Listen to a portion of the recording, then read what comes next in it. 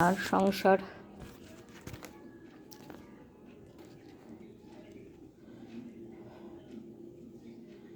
ছিল সর্বক্ষণ,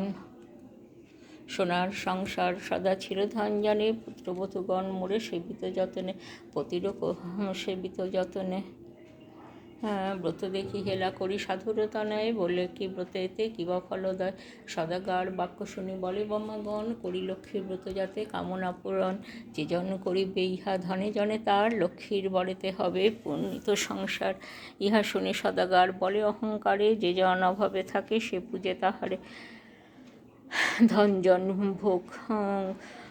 যা কিছু সম্ভবে, সকল আমার আছে আর কিবা হবে, কপালে না থাকে যদি লক্ষ্মী দেবে ধন, হেন বৃথা বাক্য আমি না শুনি কখন, গর্বিত বচন লক্ষ্মী সহিতে না পারে, অহংকার দোষে দেবী ছাড়িল তাহারে,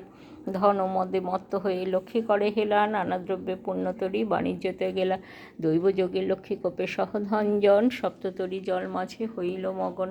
সব দ্রব্য যাহা কিছু আছিল তাহার, বস্ত্রাঘাতে দগ্ধ হয়ে হলো ছারখার,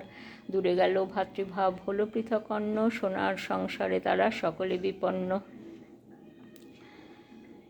ভিক্ষাপাত্র হাতে লয়ে ফিরে দাঁড়ে দাঁড়ে, জঠর জ্বালায়ে ঘোরে দেশদেশান্তরে, পড়িয়া বিপাকে